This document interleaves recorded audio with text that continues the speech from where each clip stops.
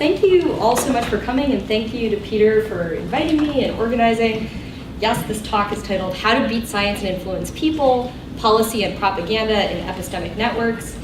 I hope you don't actually try to do that. It's co-authored work with James Weatherall, who's also at Logic and Philosophy of Science at UC Irvine with me, and Justin Bruner, an alum of our program who's now in politics, philosophy, and economics at Australian National University. Here's a picture of my collaborators. I chose these for your entertainment value. This is Jim holding this frozen banana and wearing a t-shirt that says Feminist Illuminati and having a mustache. This is Justin with one of my kids as a baby. All right, so let's get started. And I'm gonna start with a little history of science. So in 1952, Reader's Digest was the most read magazine in the world, and they published an article with the title Cancer by the Carton. And this article brought to this broad readership all the new emerging evidence that cigarette smoking was really dangerous, that it caused cancer. A few months after the article was published, a study came out of Sloan Kettering Memorial Hospital showing that if you took mice, you painted them with cigarette tar, they developed these malignant carcinomas. And the public freaked out. There was a ton of coverage of this finding and all of the evidence about cigarette smoking and cancer. The other people who freaked out was the tobacco industry. So what happened was that the heads of the 6 major tobacco companies hired a public relations firm from New York to deal with this new evidence. In 1953, so the year after this article was published, they developed a new strategy, something that nobody had really done before to deal with this, and their plan was to fight science with science. So instead of just trying to advertise cigarettes or promote them, they were going to try to actually fight the scientific consensus coming out with their own science. In 1954, 1 year after that, they hired a very prominent geneticist, C.C. Little, so a real scientist, to head a new organization called the Tobacco Industry Research Committee. The goal of this new organization was ostensibly just to research the effects of cigarette smoking on health, but of course, in fact, it was actually a propaganda machine, and their goal was actually to find, fund, and then widely publicize any study that went against this new consensus that cigarettes were dangerous. So this history comes from the book Emergence of Doubt by Naomi Oreskes and Eric Conway, where they lay out what happened and they call what these people did the tobacco strategy. The tobacco strategy had 2 parts. So the first part, this is Oreskes and Conway, is what we're going to call selective sharing, which involved amplifying scientific findings supporting industry views. So for example, in 1954, this newly created Tobacco Industry Research Committee sent out this pamphlet to 200,000 journalists, scientists, and doctors, which included basically every study that seemed to show that tobacco smoking was safe, and then challenged all the studies showing that it was dangerous. Now, the second part of their strategy is what we'll call bias production, which involved funding new research to support industry views. So actually seeking out scientists whose studies seemed to be going in the direction that industry wanted and giving them more money, and hiring scientists to work at this Tobacco Industry Research Committee to generate new studies showing that tobacco smoking was safe. So what Oreskes and Conway argue is that this strategy really influenced public opinion. They argue that it was actually very successful, that without it, the consensus on whether cigarette smoking was dangerous would have been reached much, much sooner. Instead, they managed to kind of push this consensus back for decades. I mean, it really took a long time after the 1950s for everyone in the public to agree, okay, cigarette smoking actually does cause cancer, and this is a public health risk that we all need to deal with. All right. They further document that this tobacco strategy has not been used once, it's been used again and again, often by the same people, a group of physicists hired by various industries, to influence public policy on nuclear war and ballistic missile defense, secondhand smoking, CFCs and ozone depletion, acid rain, and of course, global climate change. So this has been a strategy that's been used by industry over the last 70 years again and again to to try to obscure emerging scientific consensus about things that are public health risks, obviously, but that industry doesn't want people to know about. All right, so that's the little history here. What am I here to talk about today? What are we doing? So what we do in this work is investigate this tobacco strategy using an agent-based model. What we do is base our model in this particular framework, call it the network epistemology framework. It was introduced first by some economists, Bala and Goyal, in 1998. Kevin Zollman, who's a philosopher of science, applied this framework to the case of science and scientific discovery in a 2007 paper. Since then, in the discipline of philosophy of science, these kind of models have been used to explore features of research communities, so model scientists themselves, and ask questions like, well, how does the structure of communication between researchers impact theory adoption? In what ways might things like cognitive diversity matter for a scientific group? How might the conservatism of scientists influence their discovery? So a lot of questions regarding social epistemology. All right, why bother doing this? What's the point of building a model when Oreskes and Conway have already outlined what happened with the tobacco strategy and is still happening? Well, the real world cases are very compelling, but they're also kind of messy and in situ. So we think that building a model in this case can do a number of things for us. So first, it can provide counterfactual information concerning the efficacy of the strategy. So we can answer questions like, if industry does this, what effect might it have? What sorts of actions can industry take that counterfactually will produce beliefs in the public that might not be the right scientific beliefs emerging? It can provide causal information concerning how and why the strategy is effective. So what things about what what tobacco strategists are doing might actually mislead the public and how? What's the causal process by which that happens? And then lastly, we think these models can provide guidance on what sort of interventions can disarm the strategies. So where can we poke back to stop tobacco strategists? In other words, a model can supplement all these case studies that Oreskes and Conway pull out in showing when, how, and why the tobacco strategy works and doesn't work. And that's just a little image of Santa Claus bringing you some camels. Merry Christmas, everybody. So here is a roadmap for the rest of the talk. So in the first part, I'll describe our model, the model that we build. In the next two parts, I'll introduce two sets of results corresponding to the two parts of the tobacco strategy. So one, trying to understand selective sharing and how it might work. The second, trying to understand bias production and what it might do. And throughout, I'll sort of discuss implications for science and industry and propaganda that come from these models. So part one, the model. Okay, this network epistemology framework. So these models consider a collection of agents, these are scientists, who are deciding between two theories. So we'll say there's two extant theories. Say one might be tobacco smoking causes cancer, tobacco smoking doesn't cause cancer. And we want to investigate how they're picking between one or the other. The way we model this is using a decision problem called a two-armed bandit problem. And the idea here is that there's two possible theories or actions you might pick between. They have different success rates. So we can imagine that you're looking at a slot machine that has two arms that you might choose to pull, but they pay off at different rates. So that's why it's called a two-armed bandit. A bandit is a slot machine. In particular, we're going to imagine that they're kind of playing this bandit problem. They've got these two different actions they can take, these two arms they can pull, where the first one, which we'll call arm A, this arm's A, it's all right. It's successful with probability PA 0.5. So this arm works half the time. The other arm B for better, is successful with probability PB 0.5 plus epsilon. So PB works a little more often. Yeah? What does successful mean in this case? It means in this case that it gives a payoff, and the payoff's always the same. So call it 1. It doesn't matter what.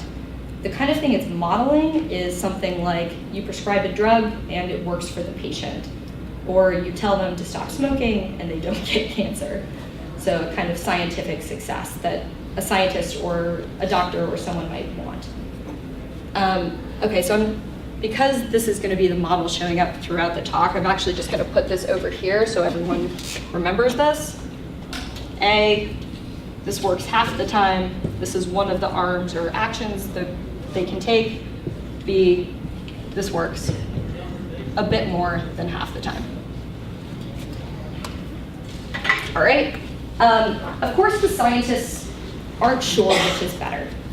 So the second arm, they think it could be a little better or worse than the first arm, but they don't know which. And so the process that they're undergoing is trying to figure out which of these things is the more successful action, which of these works more often. Any questions about that so far? Okay. So how does this whole simulation work? We have a whole community of scientists. We start off assuming they have some belief about which arm is better, a credence. So if Paul was one of the scientists, maybe his credence is 0.6, that arm B is the better arm. He's right. So he thinks there's a 60% chance that this one really is better than the other one. So we start everybody off with these random beliefs, and then they test their beliefs by performing the action that they think is better. So in every round of simulation, everyone says, well, I think arm B is better, or I think arm A is better.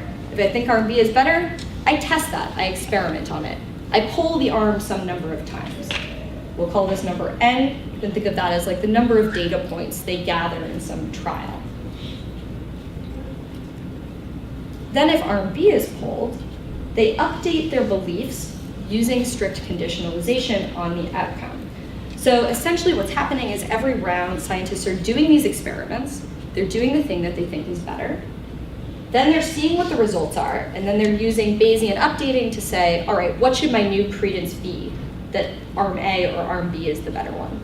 So we model them as sort of ideally good updaters. We don't give them human psychology. We'll say, suppose they're really, really good at figuring out how their data informs their beliefs. Now, in addition, they're on a network, this is why it's network epistemology, where they update on the evidence gathered by their neighbors. So everyone's doing these experiments. If I communicate with some other scientist, I update on all the evidence I gathered in my experiment and all the evidence they gathered too. So everyone's sharing their data with those in their sort of scientific network. Any questions about this? Yeah? Is the data that you collect weighted the same as the data that other people collect? The assumption is that everyone is pulling the exact same arms. So we're going to assume there's no way that people can bias their data, that they can only generate sort of perfect, ideal scientific results. Anything else? Okay, so I'll show a couple examples of what this network might look like. So here's an example. We could have 5 scientists in our network arranged in a cycle. This means that they each communicate with 2 other scientists. So this scientist gets information from her studies and from these other 2 scientists' studies. Or we could have a complete network where everybody's connected to every other single person, and so every scientist is sharing their data with each other, and they're all using all the data generated to come up with new beliefs for themselves. Yeah? If one agent thinks that A is better and so they try A, is there any chance that they reverse that belief on the basis of the evidence that they collect? That they collect, no. So A, they know works with 0.5. B, they're unsure about. But suppose this person thinks A is the better theory, and their neighbor is testing B. They get all that evidence, and then they become quite likely to adopt a better theory themselves. All right, so what happens? In these models over time, they tend to converge this network towards consensus. So usually they all come to believe the same thing. They either believe in the better arm B or erroneously settle on the worse arm A, and the outcome where they come to the correct consensus is more likely than the other outcome. So I'll just give a sort of quick example of a case where you might apply this kind of model. This actually comes from Kevin Zollman's paper on this. Suppose there's a known treatment for some illness whose efficacy is well studied. So say there's a pill that helps with morning sickness, and it works half the time, and we'll call this pill A. And then there's some new treatment that's been introduced, maybe it got FDA approval or people are just giving it off label. The efficacy is a little less well known because it's new, and we'll call it pill B. Doctors administer the treatment they think is more effective. So some are going to think A is well studied, we know it works okay. Others are going to think, oh, B seems pretty great. They start administering it. And then over time, when they administer this new pill, if it works well, they think, oh, this pill's working pretty good. My belief that this is better goes up as I see patients helped by this pill. And they might share this data with their colleagues. So that's a kind of case that you can get at with this model. All right, so the model that we're looking at is slightly different from this. So we look at this kind of model with two key alterations that are intended to get at the tobacco strategy. So the first thing we do is introduce another class of agent who we call the observers. So the observers update on their neighbors' results. So like everyone else in the model, they're connected to some people, they see the results of their trials, and they change their beliefs based on those. The observers don't produce results of their own, and they start off skeptical. They think probably the known theory that we all understand, theory A, probably that's the right one. So these are supposed to represent something like policymakers or people of the public who consume science, who care about having the correct belief, but who don't actually generate any evidence themselves. So if we have our scientific network, we're adding the policymakers over here. So they're just observing the results. That's what blue is supposed to represent here. We can imagine policymakers who are more or less connected to various numbers of scientists, so they could listen to just one scientist, to about half of them, or to all the scientists. We can have a whole range if we want to. Okay, so we add the policymakers, and then we introduce one more aspect to the model, and this is the propagandist. So the propagandist is connected to all these observers. Remember the tobacco agent who sent out 200,000 pamphlets. They're connected to everyone who might care about this and who they might be trying to influence. And they report all and only findings favorable to arm A. So favorable to the worse arm, remember. That's the one they're trying to support. So now the propagandist is added over here. These red lines indicate that they're sending evidence that the worse arm is better to all of these scientists. Any questions about that? Yeah. Am I right that the connections between the scientists would be bilateral, but you only need unilateral connections for the other two classes? That's right. So we made these different colors to kind of indicate that each one of these is different. So between the scientists, they're sending evidence back and forth. These guys are just taking evidence from the scientists because they don't produce their own. They're just policymakers. These guys are just sending evidence to all of the policymakers. Yeah. This diagram suggests that all the evidence for A is fabricated, or are there connections from the scientists to the propagandist? So there's going to be two different ways that the propagandist gets data. Neither of them will be fabricated. Okay. So we'll see it corresponds to the selective sharing, the biased production. But they're all going to be real data, not even biased data. Okay, anything else? All right. We could imagine an observer who only listens to the propagandist, but we don't include that possibility in the model. All right, so what I was just saying, we're going to have two different treatments inspired by these two components of the tobacco strategy. So in the selective sharing treatment, the propagandist is going to look at the scientist and then just share the results produced that happen to favor arm A. So these are probabilistic draws, right? So sometimes they're going to have a study that makes it look like A is better. The propagandist just shares that to all the policymakers when in the selective sharing treatment. And then in the biased production treatment, the propagandist performs their own experiments, and then they file drawer the ones that support B and just share the ones that support A. So does that make sense to people? Okay. And then our question is going to be, suppose the scientists get to the true belief. This is what happens most of the time anyway, but suppose they figure it out. They have a very high credence in the better arm. What do the observers believe? Can they be misled by the propagandist in this way, and under what conditions? All right, so that's the end of the model part. Last chance for questions, if anyone has them. Yeah. I was wondering that for the unilateral connections between the observers and whoever they're connected, are they all equally costly? Because my intuition is that you'd want to have cheaper connections to the propagandist than you would to the scientists. We don't include any costs for connections. We just let them have what they have. But that would be kind of an interesting thing to add. That seems realistic. because the propagandist is sending the data. Take this. All right, so let's talk about these two parts. So first, to remind you, in the selective sharing treatment, the propagandist is just going to repeat those scientists' outcomes that favor arm A. And what this is going to do is bias the total evidence available to the observers by amplifying these spurious outcomes. And what we end up finding is that across a broad range of parameter values, the strategy is extremely effective. So the propagandist doesn't have to produce biased science. They don't have to buy scientists off. They don't have to do anything to science. All they have to do is take the accidentally spurious results and share them. We find for many parameter values, as the scientists become completely convinced that the true thing is true, the public becomes completely convinced that the false thing is true. So they end up with just, credences as far away from the scientists as they could get as a result of this process. Still, under different conditions, the propagandist can be more or less successful at confusing the public. And what I'd like to do now is discuss in a little more detail what makes it harder or easier for them to do this. So the observers tend to do better, so the public tends to get better beliefs. First, when they're connected to more scientists. So that shouldn't be a surprise, right? If they're connected to more scientists, they're listening to more people who are not biasing the data in any way. This data is going to tend to favor arm B, so they're going to do better. So here's a little figure showing this. On the x-axis, here's the percentage of the scientific community that each policymaker listens to. On the y-axis, we see the beliefs of the policymakers on average when the scientists become convinced the true thing is true.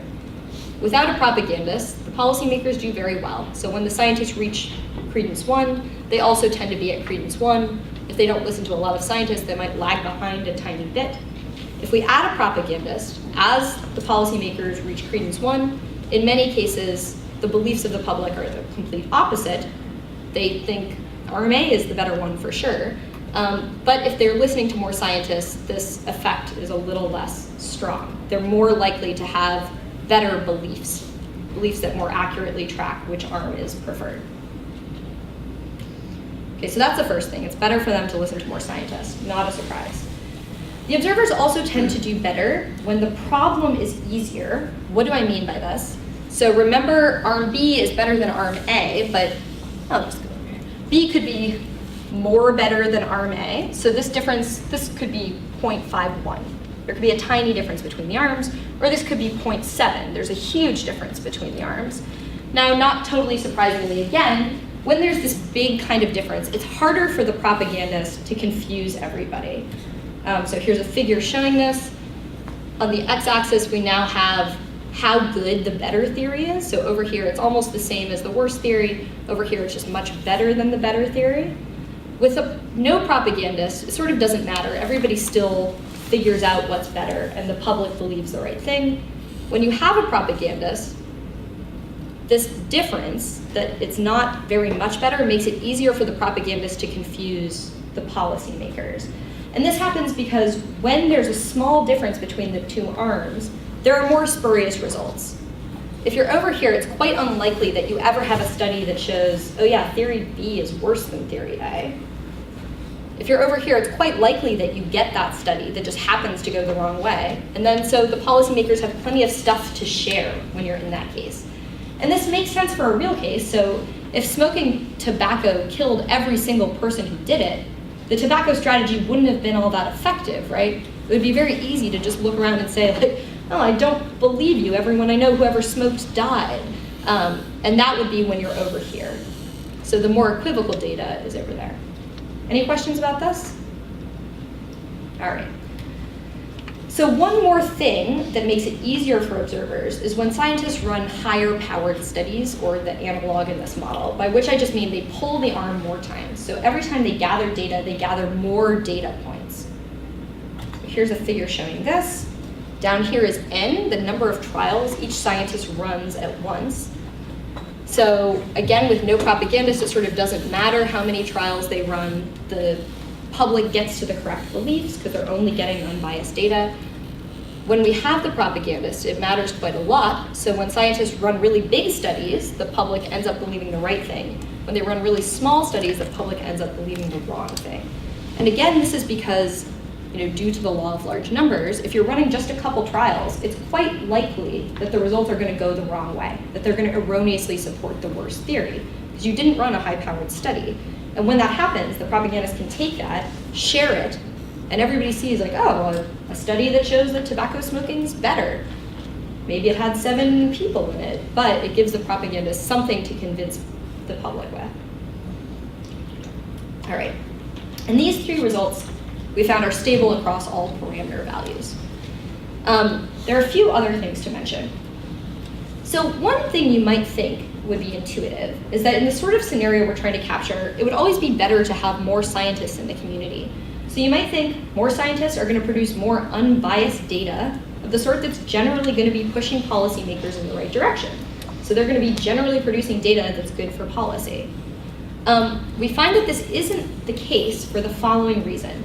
So imagine that policymakers are each connected to some fixed number of scientists, which I think is pretty realistic. I mean, we don't expect people in the public or politicians to be scouring every scientific study that comes out, right? They get some sampling of data, but they're not looking at everything, especially if it's costly, as Peter points out, which it is, it takes time. So if they're only listening to, say, 10 scientists, every extra scientist you add to the network, their findings aren't helping the policymakers, but they do provide extra material for the propagandist. So sort of every extra person you add, whenever they erroneously generate sort of a result supporting A, the propagandist can take that and share it. And this is especially worrying possibility in cases where scientists are running low-powered studies and have equivocal data. Because you add more scientists, and it's quite likely someone out there happens to generate a study that goes the wrong way. They test 6 people, they find that cigarette smoking doesn't kill you. Now the propagandist has something they can share with everybody. There's one more thing I'll mention about this model, which has to do with convergence time. So in some cases, it's easy for scientists to quickly reach consensus, and other times it's harder. And there are a lot of things in the model that influence how quickly the scientists figure out, oh yeah, belief B is better, or accidentally come to believe in A. One thing that influences this in particular is their communication structure. So when scientists don't communicate with as many people, they have kind of a sparser network. It takes them a lot longer to generate consensus. The reason is that you have these kind of pockets of separated or quasi-separated scientists who hold on to different beliefs for a long time. Whereas if everybody communicates and they're all sharing data, they tend to sort of quickly end up believing the same thing. This difference can impact the effect that propagandists can have on observer belief. Why might that be the case? So in particular, the scientists on average are always going to be increasing the credence in RB. So they're always going to be kind of pulling the beliefs of the observers up because on average they generate good data.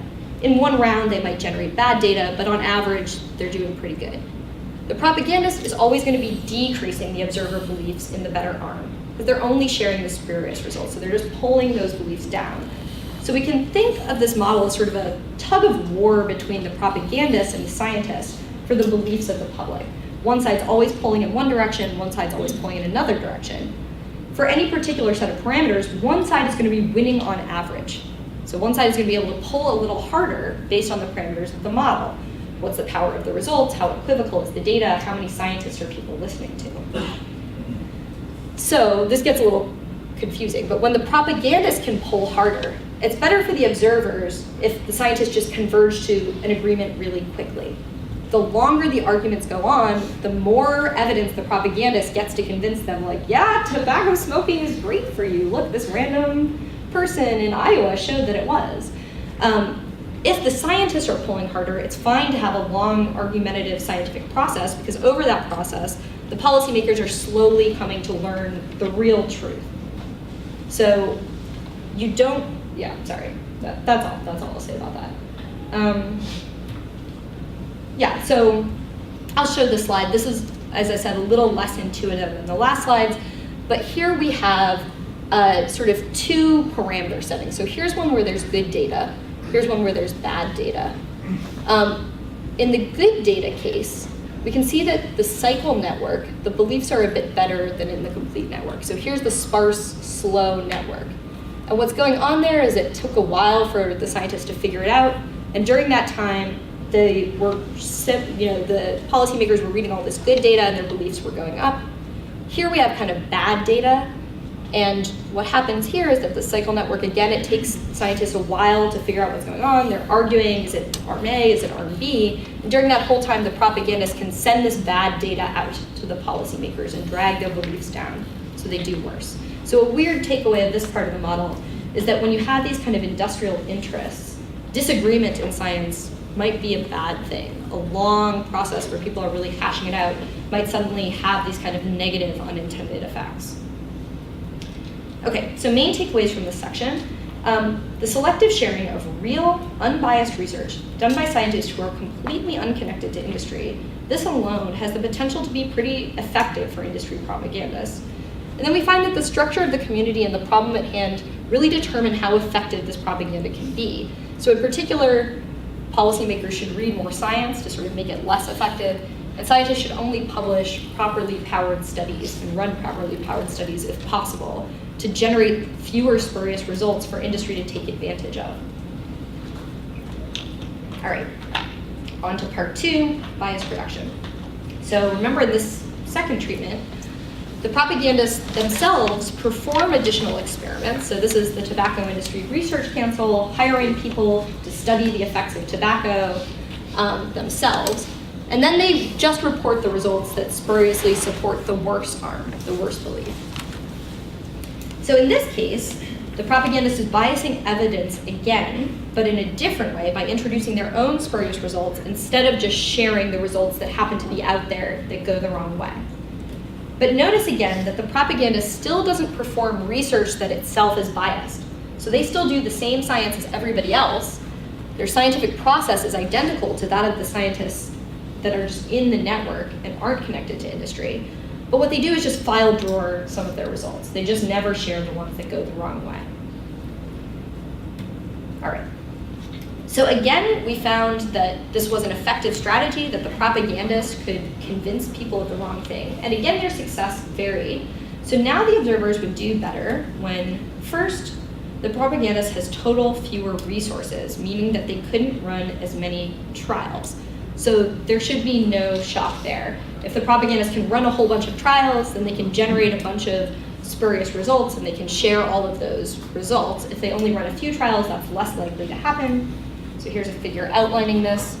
So the axis here shows how many resources the propagandists have, how many times they can pull the arm, basically, how many data points they can gather in their study. Here we show the final beliefs in both the cycle and the complete network of observers as scientists converged on the true belief. Sort of the more resources the propagandist has, unsurprisingly, the more likely it is that the public ends up with the wrong belief. So if the Tobacco Industry Research Council runs 100 studies and a bunch of them happen to show that cigarette smoking is not bad for you, they can send this out to everybody. If they can only do 2 studies, it wouldn't be quite as easy to convince everybody that tobacco is fine. And then, given these resources, the observers do better if the propagandist does studies with higher power. So this sort of connects to things I was talking about in the last part of the talk. But imagine that you are the Tobacco Industry Research Council and you have enough money to test 1,000 patients. How should you allocate those tests into different trials? Should you run 1 trial with 1,000 patients in it? Should you run 100 trials with 10 patients each? What we find is that it's better for the propagandists to break up their trials, break up their money into a bunch of tiny trials, which have a higher chance of showing the wrong thing, basically, because there's so few data points, because they're low powered. So here's a case where the propagandist has the same amount of resources for every data point here. They always can run 1,000 trials. Over here, what they do is run 20 trials with 50 pulls of the arm each. Over here, they run 500 trials with 2 pulls of the arm each. So with the same amount of resources, over here, they're unable to change public belief. So they're unable to confuse everybody. When they run a bunch of low-powered studies, they end up generating a bunch of erroneous studies that they can then share. So this is just what I said. Allocating resources to many low-powered studies increases their chance of spurious results. And if you think about this at the total extreme, imagine you're the propagandist and you have enough to test 1,000 patients, and you could do one study for each patient. So you pull it once, then you report your results, and you pull it twice and you report your results, and you pull it a third time and you report your results. You could only report the results that showed that arm B didn't work, right? So you could just report every time this new treatment didn't work. This time the person, or new theory didn't work. This time the person didn't get cancer. This time the person didn't get cancer. Looks great, tobacco smoking never causes cancer. So the closer they can get to this extreme, the better for them. Does that make sense? Okay, any questions about this? All right. So return to the selective sharing model for a moment. We can actually draw a similar moral there. So imagine now we have a scientific community, and again we have finite resources. We've probably all discovered this is a realistic assumption. How should we allocate them to scientists testing some problem? So again, the observers are going to tend to do better when you run a few high-powered studies rather than many low-powered studies. For the same sort of reason, that the low-powered studies are going to be more likely to go the wrong way. The high-powered studies will do better. So here we have one scientific community with enough money to test 1,000 patients or 1,000 trials, and we say we're going to give it either to 50 scientists and they each get enough to run 20 people, or to 5 scientists and they each have enough to run 200 people. When is the propagandist going to be able to confuse everybody? Well, when we have these super high-powered studies, they can't. When we have these low-powered studies, they can, because they just get more material that goes the wrong way. So I think the takeaway from this section is that an industry scientist is going to do better if they run studies that are more likely to produce spurious results, like those with low power. This is even assuming that they don't have any way to put their thumb on the scales, which of course in the real world they do. Assume they don't. They should just run a bunch of low-powered studies. Some of those are going to show that tobacco smoking is fine. In addition, when it comes to selective sharing, we have this sort of similar observation. Given finite resources, the observers are going to do best when you allocate those finite resources to a few good studies rather than a bunch of small studies. And notice, again, that difference doesn't matter if you don't have a propagandist. So without any propagandists, it's fine to run a bunch of small-powered studies and just put them together. With a propagandist, you're amplifying every one that goes wrong, and so you have this problem emerge. Okay, so I'll just draw a few final morals before concluding. I would say our models suggest the tobacco strategy can be very effective, even when the propagandist is only reporting real results, and when the observers are ideal Bayesian agents. So as I said, again, I don't build in any of the stupid stuff that real humans do, like only trust Steve Bannon. We just make them ideal in a way to show like how powerful just sharing these accidentally spurious results can be. These models also suggest interventions like increasing observer connections to scientists. We could all pray, right? Improving overall data, so giving scientists more funding to run bigger studies. Again, we could pray for that. If you have fixed resources, distributing them to fewer big studies rather than a lot of small studies, and then trying to implement standards to limit the publication of low-powered studies. All of these things should make it harder for industry to get data that pushes the wrong way. I'll give a caveat, which is that some of these interventions would come with really significant trade-offs. So giving money to many scientists, of course, democratizes a scientific community in ways that can be really good for science and the community and all sorts of things. But it can have this kind of downside when you have industrialists who are trying to take advantage of the scientific process for their own good. And that is that. Thank you. Just end with this tobacco ad where it's a mom holding a baby. If you read the text, the idea is that Philip Morris's baby is this new gentle cigarette.